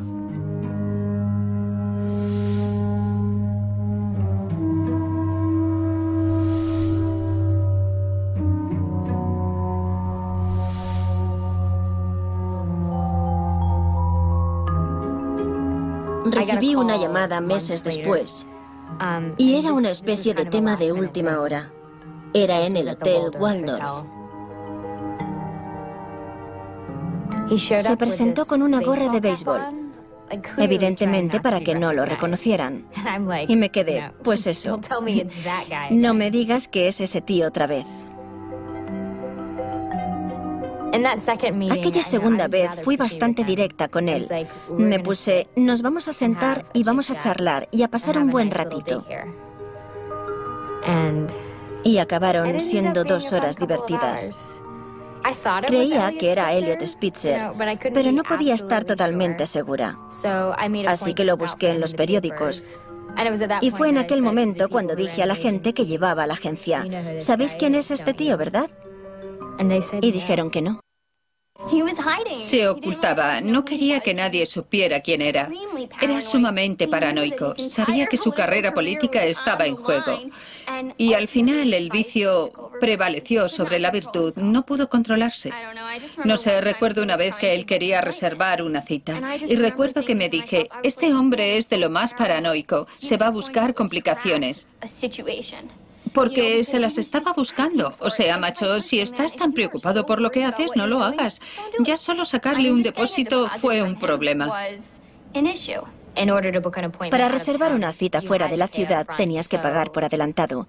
Así que él tenía que enviar una orden de pago. Y le dijimos, bueno, ¿por qué no ingresa tal cantidad en el banco si quiere verla mañana? Y no recibiremos el pago hasta mañana. Y me dijo, no puede ir al banco. Nunca reconocí que supiera quién era. Pero él sabía que lo sabía. Empezó a solicitarme. Lo vi fuera de Nueva York, en Palm Beach, Puerto Rico, Dallas, Washington. Siempre era muy reservado en lo que decía. Yo me empeñaba en mantener una conversación antes de empezar. Yo pensaba, lo que me estoy aprovechando de esto, porque es muy listo e interesante.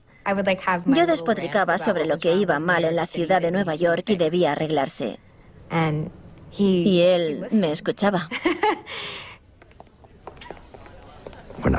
Cuando lo veía por ahí con su mujer, con sus hijos, parecía que lo tenía todo controlado. Lo raro de Elliot Spitzer era que pudiera ser agradable y encantador y actuar con mucho cariño. Cuando nos dijeron que mi mujer estaba gravemente enferma, me llamó varias veces. Y aquello fue en el clímax de nuestros peores enfrentamientos. No pudo ser más agradable, pero cuando vino a por mí en lo que se denominó Troopergate, entonces se vio claro que aquel hombre lo que quería era destruirme. En la guerra Spitzer-Bruno, la mayor batalla fue el Troopergate, un escándalo por el uso abusivo con fines políticos de la policía estatal. Fue un ataque contra Bruno que tuvo un efecto boomerang sobre Spitzer.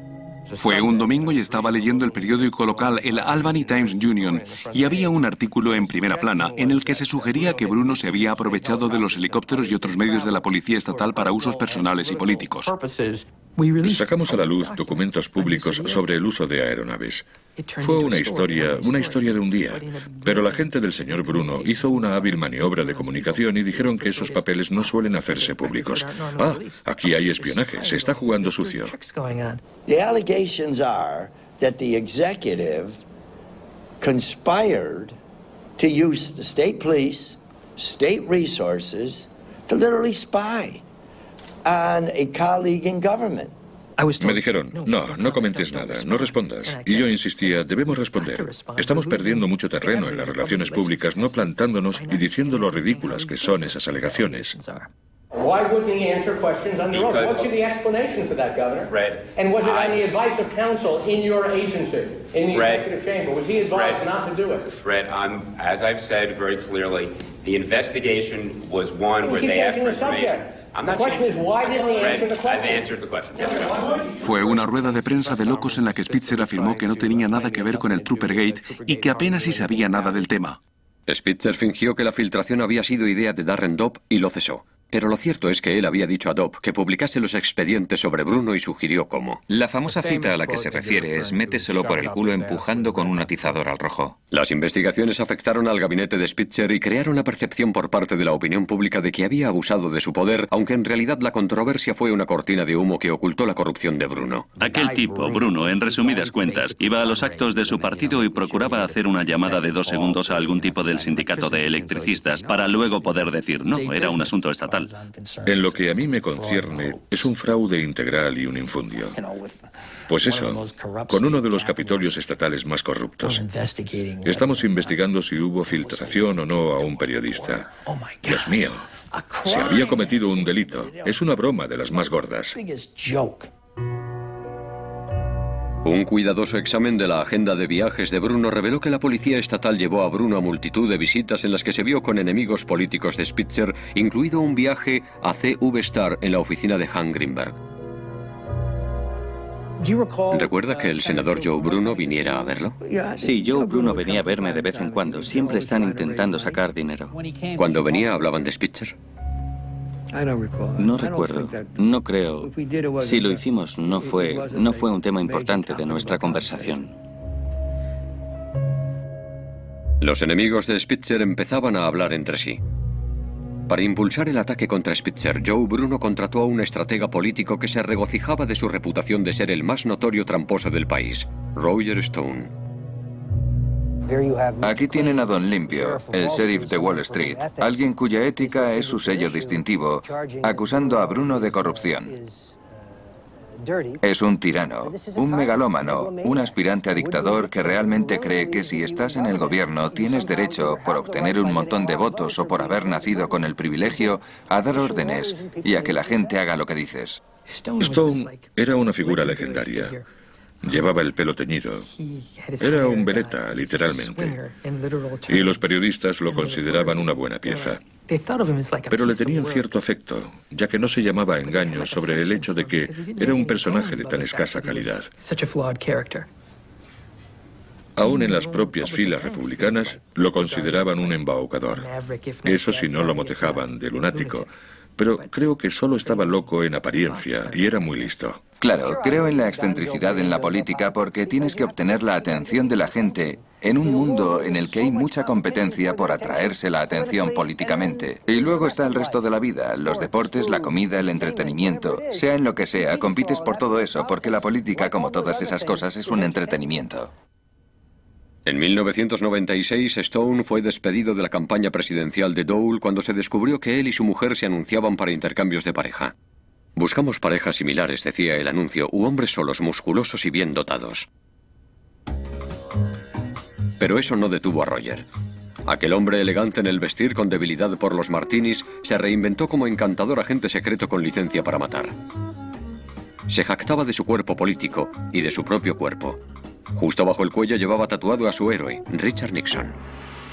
Tan solo unas semanas después de que Bruno contratara a Stone, alguien dejó un misterioso mensaje de voz en el teléfono del padre de Spitzer de 80 años. This is a message for Bernard Spitzer. You will be subpoenaed to testify before the Senate Committee on Investigations on your shady campaign loans. If you resist the subpoena, you will be arrested and brought to Albany. And there's not a goddamn thing your phony, psycho, piece of shit son can do about it. Bernie, your phony loans are about to catch up with you. You will be forced to tell the truth, and the fact that your son's a pathological liar will be known to all. Invertimos algún tiempo y esfuerzo en averiguar de dónde venía. Y venía de un apartamento alquilado por él o una empresa que le pertenecía. ¿Y la voz? Pudimos comparar la voz del mensaje que había dejado en el contestador con apariciones suyas en la tele. Y un analista de voces nos dijo, sí, es la misma voz. Y la gente que lo conocía dijo, sí, es la voz de Roger Stone. Lo misterioso es que la grabación sonaba como yo. Al final, los investigadores privados que había contratado determinaron que habían pinchado mi teléfono del 40 de Central Park South. Ahora creo que una unidad incontrolada de la Policía Estatal de Nueva York, siguiendo instrucciones de Elliot Spitzer, que sabía que le habíamos dado una tunda con el Troopergate, escuchaba mis llamadas. En otras palabras, creo que la grabación fue un montaje de corta y pega. Fue una trampa. El FBI llamó al despacho de mi padre y le pidió pasarse. El 6 de septiembre de 2007, el agente Katzman del FBI visitó a Bernard Spitzer en su despacho de Manhattan. Las preguntas no se centraron mucho en lo que Roger Stone había hecho, o presuntamente había hecho, ni en los asuntos relativos a la llamada. Fueron más bien sobre mí. En retrospectiva, ¿pensó algo sobre eso? Pues en retrospectiva se me ha pasado por la cabeza. ¿Y en qué sentido se le ha pasado por la cabeza desde entonces? Bueno, me pregunto si era parte de la investigación que condujo a mi caída.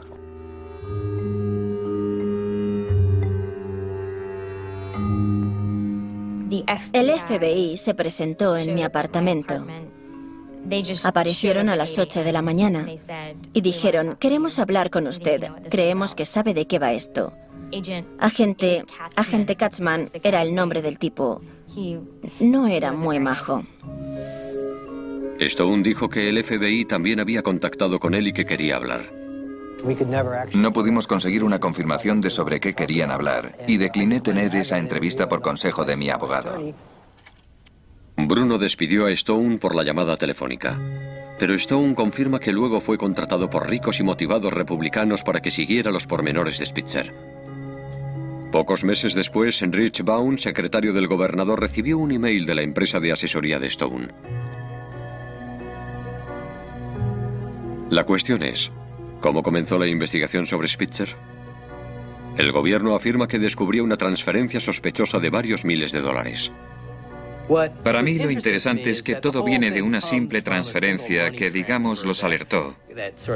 Un informe de actividades sospechosas. Cada día se archivan miles de ellos. La Cámara Federal de Compensación recibe 3.400 informes de actividades sospechosas diarios. Alguien tuvo que tomarse mucho interés en esta transacción en concreto y procuró que se le prestara mucha atención para que al final fuera la base de un caso. El informe fue enviado por el North Fork Bank después de que Spitzer pidiera al banco que eliminase su nombre de una transferencia a favor de algo llamado QAT Consulting. Yo creo que ni siquiera sabían que era QAT Consulting y que llamaron a la oficina de Morgenthau. Robert Morgenthau, fiscal del distrito de Manhattan, se quedó sorprendido cuando el gobierno federal le pidió ayuda para perseguir los servicios de acompañamiento. Los federales no se dedicaban a los casos de prostitución. También preguntaron inocentemente si era habitual ir a por los clientes. La respuesta de la oficina de Morgenthau fue que no. Cuando descubrieron que era una red de prostitución, yo creo que se encontraron en una encrucijada. Cuando te das cuenta de que no es más que un gobernador con un calentón, lo más que vas a sacar de esto es una noticia y una dimisión. Creo que el gobierno tiene cosas mejores que hacer. El fiscal federal del Distrito Sur de Nueva York era Michael García, el hombre que se había enfrentado con Spitzer por la investigación sobre Hank Greenberg. La oficina de García, normalmente centrada en terroristas, mafiosos y Wall Street, de pronto invertía enormes recursos en ir a por un pequeño servicio de acompañamiento. García era republicano. ¿Era un golpe político? La investigación a Spitzer comenzó en el preciso momento en el que el Departamento de Justicia estaba involucrado en un gran escándalo. Y la cuestión era si el Departamento de Justicia contrataba y despedía a los fiscales federales con criterios políticos y si iba a por poderosos demócratas para librarse de ellos. La única actividad bancaria que parecía interesarles era la actividad bancaria de Elliot Spitzer en el momento en que nos hundíamos más y más profundamente en el horrendo escándalo bancario que convulsionaba el país. Actividades bancarias sospechosas de Elliot Spitzer y el gobierno estadounidense seguía la pista. Tras notificárselo a sus superiores de Washington, la oficina del fiscal federal obtuvo permiso para intervenir los teléfonos y los emails del Emperor's Club.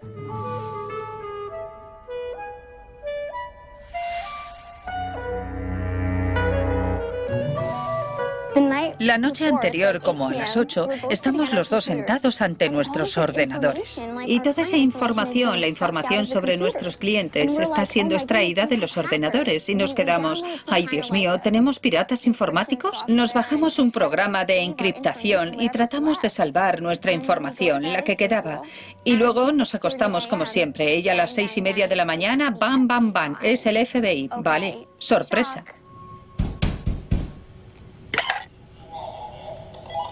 Desde luego no estaba preparada para que me despertaran a las 6:30 de la mañana y que entrara el FBI con chalecos antibalas preguntándome si hay armas de fuego en casa. Y yo lo único que pienso es, esa pasta nos va a meter en un lío.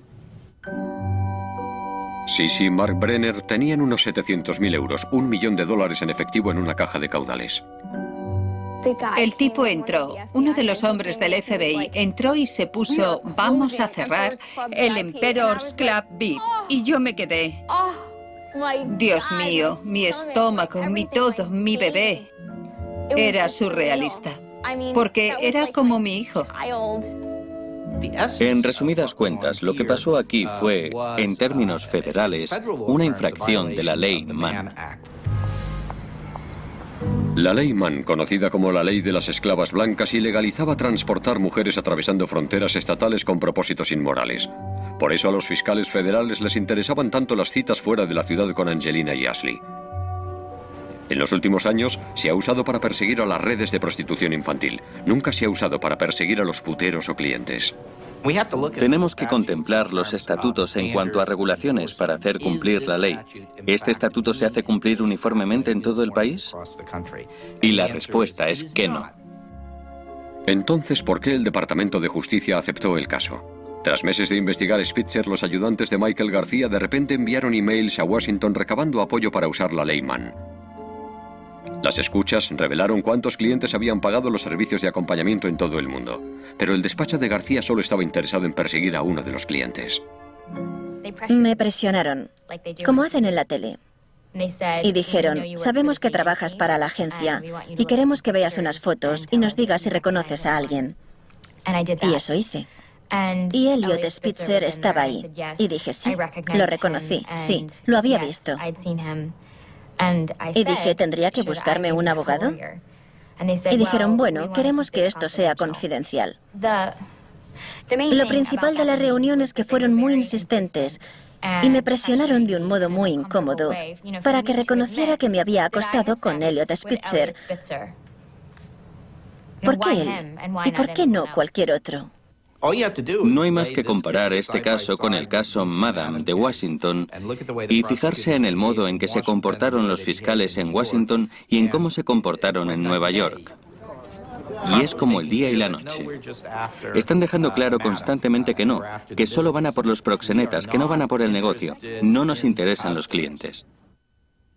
En el caso Madam, 2 republicanos prominentes fueron descubiertos contratando servicios de acompañamiento en Washington. El senador David Vitter había contratado acompañantes durante unas votaciones siendo congresista. Se disculpó, pero no dimitió. David Vitter continúa sentado en el Senado, no se fue, ni el gobierno federal lo presionó para que se fuera. ¿Y qué diferencia hay entre estos casos? Un caso implica a 2 republicanos prominentes y el otro implica a un demócrata. Esa es la única diferencia, francamente. La pregunta seguía siendo, ¿cómo se enteró el gobierno estadounidense del asunto de Spitzer? ¿El FBI recibió un soplo de algún enemigo de Spitzer? Yo estaba en un club privado, un club para adultos de Miami, llamado Miami Velvet. Había una mujer en la barra, yo estaba en la barra. Iniciamos una conversación y le pregunté qué hacía. Y dijo que era acompañante profesional, pero que aquella noche no trabajaba. Y yo dije, bueno, ¿quiénes son sus clientes? ¿Qué clase de clientes tienes? Tenía atletas, tenía peces gordos de la industria, tenía empresarios importantes, tenía políticos y demás.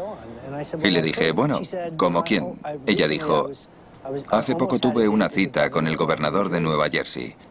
Yo dije, ¿John Corsain? ¿Has tenido una cita con John Corsain? Ella dijo, ¿quién es ese? Yo tuve una cita con Elliot Spitzer. Yo dije, no, Elliot Spitzer es el gobernador de Nueva York, no de Nueva Jersey. Ella dijo, ya, bueno, no me va la política. Yo dije, ¿hubo algo más que fuera curioso? Y dijo, bueno, es un poco raro. Yo dije, ¿qué quieres decir? Ella dijo, llevaba unos calcetines negros y no se los quitó en todo el rato. Y yo le pregunto, ¿qué clase de tío folla con los calcetines puestos? Lo de los calcetines negros no es cierto. Llevaba calcetines bajos y se los quitaba. Al día siguiente hablé con mis abogados y les pedí que contactaran con el FBI y les dijeran lo que sabíamos mediante una carta formal. Ahora bien, yo no digo que esto fuera una revelación para los federales. Quizá fuera una pieza del puzzle que estaban haciendo, quizá provocase el inicio de una investigación en un aspecto que no habían contemplado. No tengo ni idea y no he afirmado nada. El FBI insiste en que nunca ha recibido una carta del abogado de Stone.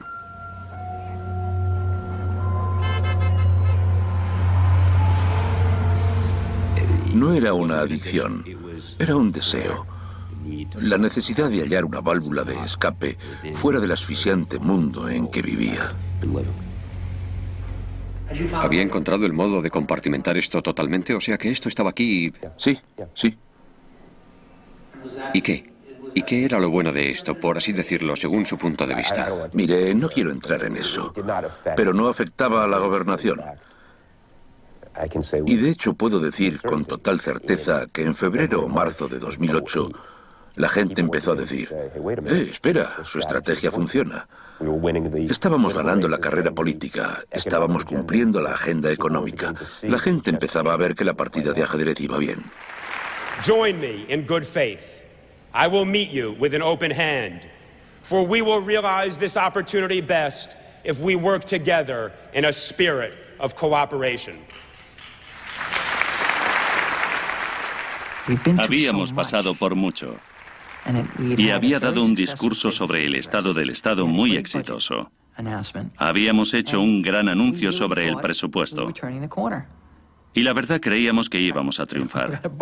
De hecho, estábamos en un bar y uno de los asesores del gobernador levantó su copa en lo que seguro que fue el momento que nos ahogó a todos y dijo, por el éxito. Pues no tuvimos éxito. This prostitution business, referred to as the Emperor's Club VIP, was an international organization. El 6 de marzo, el Departamento de Justicia incausó a las 4 personas que dirigían el Emperor's Club. 2 cosas captaron la atención de la prensa: los elevados precios pagados a las acompañantes y la sumamente desusada aparición en un caso de prostitución de miembros de la unidad de corrupción del Departamento de Justicia. ¿Cuándo se dio cuenta de que iba a tener un grave problema político?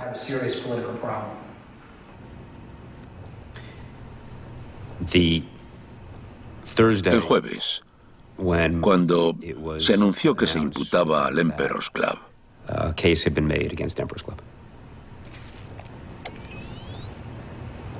Y cuando surgió aquello, ¿qué pensó usted? Dije, esto es un problema. Las escuchas del FBI en el Emperor's Club interceptaron más de 5.000 llamadas telefónicas y SMS y más de 6.000 emails. Sabían dónde había estado. Tenían fechas y horas. En un viaje, la mediadora y yo nos estuvimos mandando mensajes. Ella decía, ya ha llegado y está listo para verte. Y yo decía, vale, ya voy para allá. Dijeron, mire, lo sabemos todo sobre usted. Sabemos que estuvo en tal hotel a tal hora y que 10 minutos después estuvo aquí. Lo sabemos. La lista de imputaciones contra el Emperor's Club, el acta de procesamiento, era sorprendentemente detallada. Literariamente estaba confeccionada como un relato de misterio, lleno de pistas. Intrigaba al lector con unas cuantas frases sobre los clientes del 1 al 8 y luego ofrecía 5 fascinantes páginas sobre el cliente número 9 y su única cita con Kristen, también conocida como Ashley Dupree, en el Hotel Mayflower de Washington. El auto estaba plagado de detalles cruciales que permitían a la prensa descubrir fácilmente quién era el cliente número 9.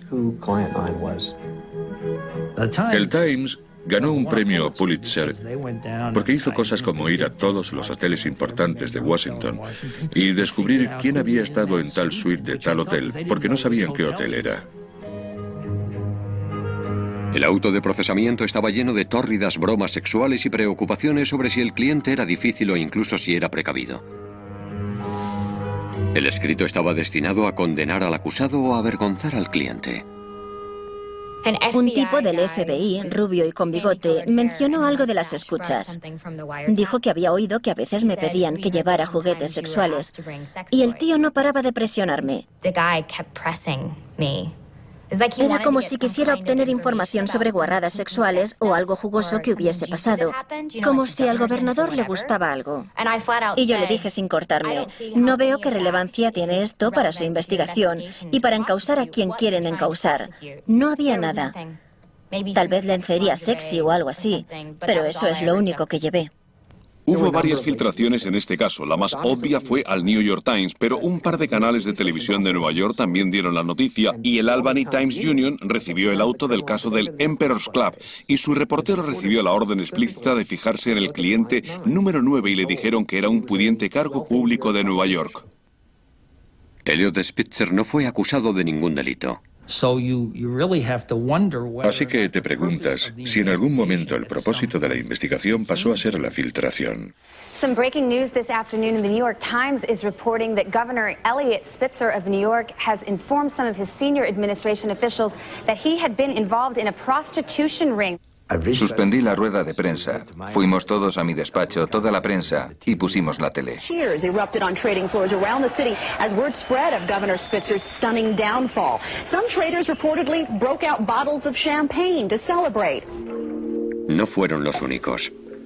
4 clientes del Club 21 afirmaron que habían visto a Dick Grasso, Hank Greenberg y a Ken Langone celebrando la debacle de Spitzer con una magnum de champán. You say that you were surprised by this news? Not at all. I had no doubt about his lack of character and integrity. It would only be a matter of time. I didn't think he'd do it this soon, or the way he did it. Sabemos que Ken Langone declaró a la CNBC poco después del estallido de esto que tenía un amigo que estaba en la oficina de correos. I know for sure. He went himself to a post office and bought $2,800 worth of mail orders to send to the hooker. How do you know that? I know it. ¿Por qué la CNBC le pone un micro delante? Porque era el enemigo número 1. Ahora le toca el turno a Spitzer, y el tío que va detrás de él esperando para comprar una orden de pago, ve que Spitzer va y compra órdenes de pago por valor de $18,000. Okay, so you're saying that he said he had a friend who stood behind Elliot Spitzer in the post office line, overheard him sending a money order for a prostitute. I mean, this is too amazing to be true. Fue una coincidencia total que me contaran esto una hora antes. Es obra de Dios, se lo digo yo. Es Dios que dice, aquí tienes un dinerillo. A no ser que creas que Ken Langone tiene amigos que lo llaman desde oficinas de correos, me da en la nariz que fue alguien más próximo a él que un amigo. ¿Qué quiere decir con alguien más próximo a él que un amigo? Un empleado, un asesor, pues eso. Alguien que había contratado para estar allí. Es lo que me da en la nariz. Pero, a ver, ¿lo sé? ¿Nos va a decir eso? Dijo que fue un amigo. ¿Por qué ofreció esa información? No podía reprimirse de jactarse. No tenía a nadie espiándolo. No tenía gente yendo tras él. Nada de eso. Yo lo sabía antes que vosotros. Bueno, ¿cómo lo sabía? Pues no sé, pero hablé del tema con el gobernador y al gobernador le daba la impresión de estar vigilado. Creía que lo tenían vigilado.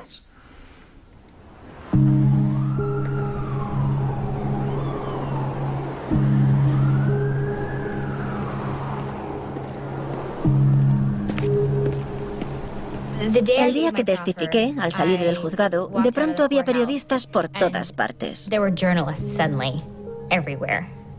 Nos fuimos derechos al bar. Me tomé un par de copas. Estaba sentada en la barra y un periodista se sentó a mi lado y dijo, ¿qué opina de la noticia sobre Elliot Spitzer? Y me quedé, oh, Dios mío, ya me han pillado. Yo es que alucinaba. El mismo día que se publicó la noticia, en el teléfono de Angelina había mensajes de periodistas que querían hablar con ella.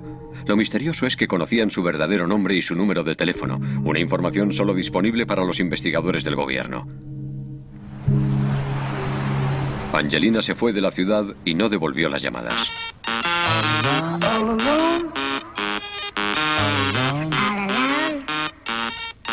I do not believe that politics in the long run is about individuals. It is about ideas, the public good, and doing what is best for the state of New York. But I have disappointed and failed to live up to the standard I expected of myself. I must now dedicate some time to regain the trust of my family. I will not be taking questions. Thank you very much. I will report back to you in short order. Thank you very much.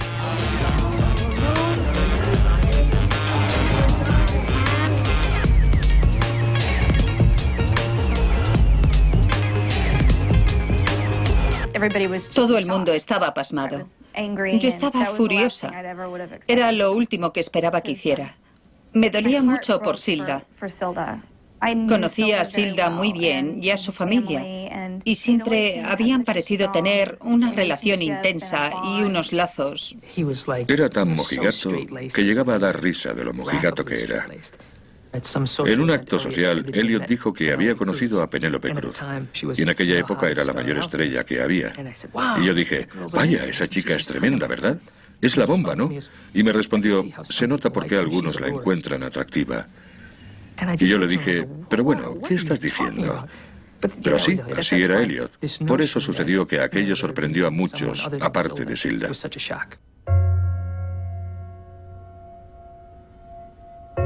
¿Descubrió algo nuevo sobre su mujer que no se esperase a resultas de esta experiencia?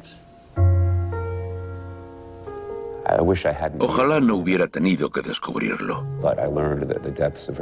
Pero descubrí que su capacidad para perdonar es aún mayor de lo necesario. Tras el anuncio inicial, Spitzer consideró sus opciones. A pesar de su dolor, su mujer lo animó a continuar como gobernador. Se llamó a los líderes del gobierno estatal y el Senado. Nadie quería apoyarlo. Las reservas de buena voluntad se habían acabado. Su estilo combativo lo dejó sin amigos ni defensores al final. La verdad es que la única pregunta relevante era, ¿qué puedo hacer para atenuar el continuo dolor que he causado a mi familia? Y me pareció que luchar por conservar el cargo en aquellos momentos lo haría aún más largo, más terrible y más doloroso que tomar el camino alternativo, de modo que dimití. From those to whom much is given, much is expected. I have been given much. The love of my family, the faith and trust of the people of New York, and the chance to lead the state. Creo que al principio fue una sorpresa porque vi a Silda respaldándolo. Hemos visto a muchas mujeres respaldando a sus maridos y muchas mujeres pensaron, ya estoy harta. Intrigada por las implicaciones culturales del escándalo, la artista de performance Karen Finley escribió una obra para una sola actriz sobre la intersección entre el sexo y el gobierno.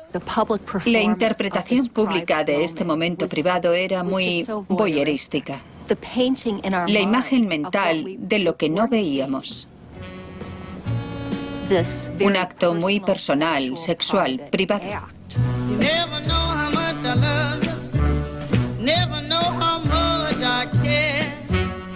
No soy la persona más políticamente correcta del mundo y vi a Elliot más adelante, después de todo el tema, y le dije, oye, después de esto te podrías haber presentado a las elecciones en Francia y habrías ganado, con que...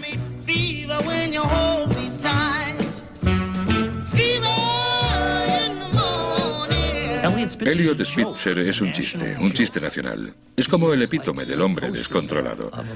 Pero esos otros tíos no lo son. Esos otros políticos no lo son.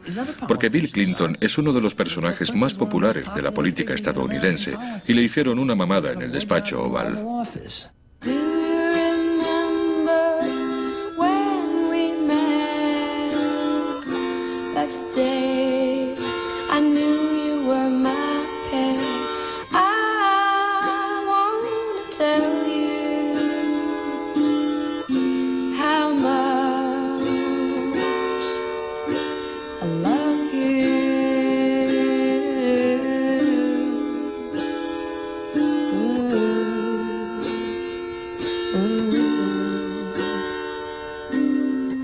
Tuvo relaciones sexuales. Ay, Dios mío. Que lo maten, que lo quemen en la hoguera. Espero que cuando la historia revise esto digan, oye, cambió el modo de funcionar de Wall Street.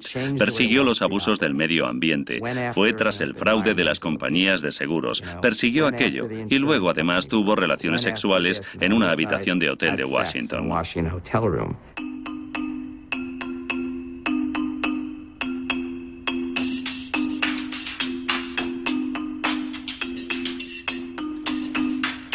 He resigned 13 months ago and has remained largely silent until now.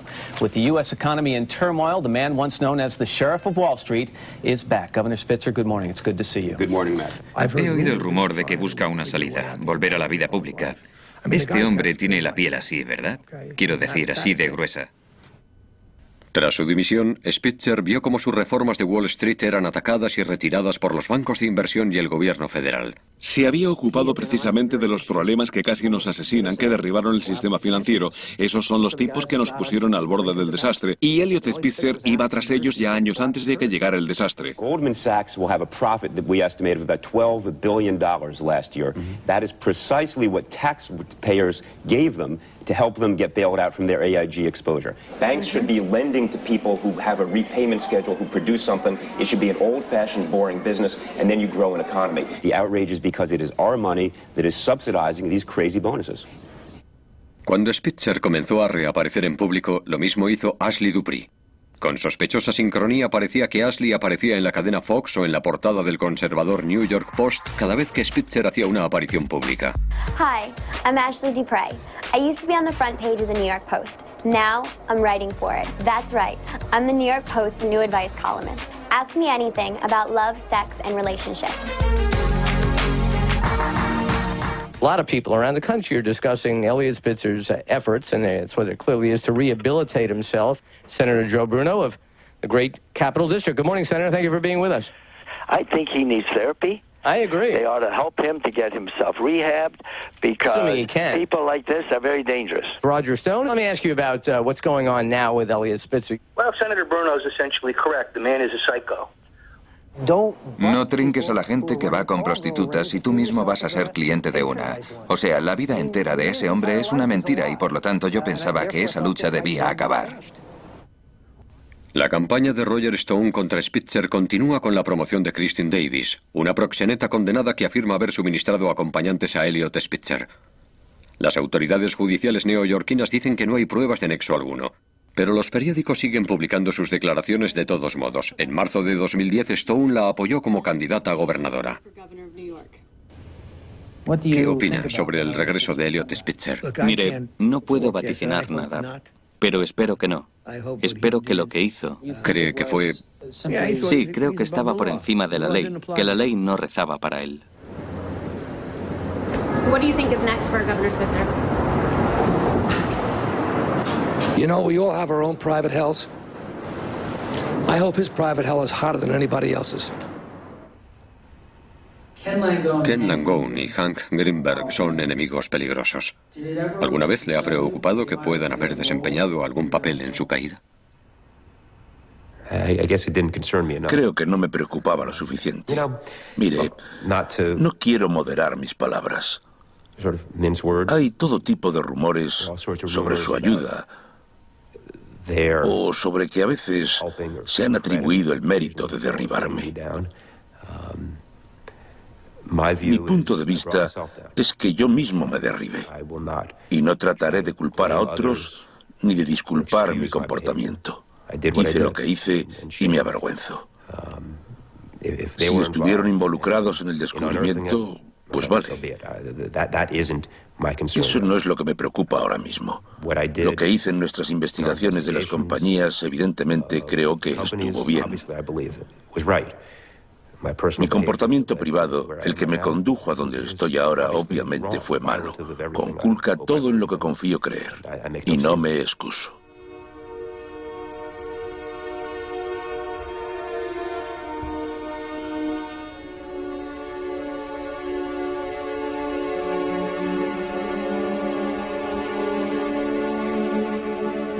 Queremos que nuestros políticos sean Dios. Y quizá ese sea nuestro mayor problema, que Él es un ser humano. Y no es Dios.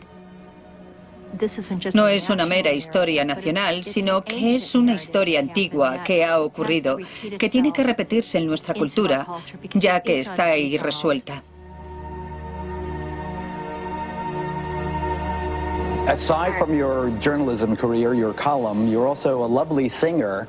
And I want you to come back and be a regular columnist for us as well. Thank you. But can you give us a little Christmas cheer? Oh my God! Okay, sing us off the air. Okay. Okay. The weather outside is frightful. The fire is so delightful. But since you're no place to go, let it snow, let it snow, let it snow. Ashley Dupre. Yeah, New York, stand up. Start spreading the news. I'm leaving today. I wanna be a part of it. New York. El oro ha subido a $10,40 hoy. Había un pánico tremendo a la inflación y los árabes quieren que se les pague el petróleo en una divisa que no sea el dólar. Creo que es solo un rumor temporal, pero ha tenido un efecto grave.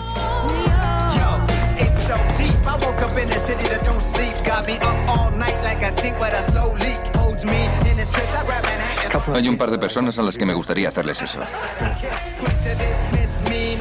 Vale, el gobernador de Nueva York usa nuestro servicio. Tampoco será tan malo, ¿verdad?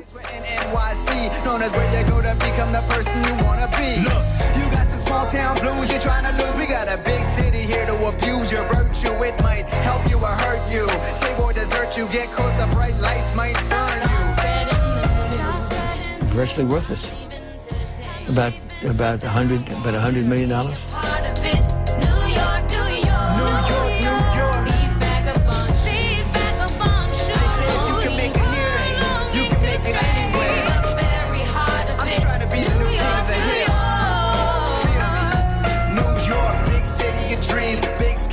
Hustles on the corner, claim they're doing big things, winning battles, never wars, doing dirt like chores. Never know who's telling lies, but the city keeps score. Good place to watch your back, in fact, watch your front too. Jump too high, someone is quick to bump you, stuff you in a trunk with a lump when you come to. It ain't everyone committing crimes, but still not new. Trudge through the urban jungle and you'll see some things. New York eats its young and defeats its kings. Projects, the penthouses, park out at the hood.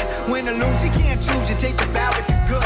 The upside is higher than the sky above the scrapers. If you're looking for fame, power, influence, or paper, make you move. But don't think your little lunch comes free. It's granted by the higher power known as NY.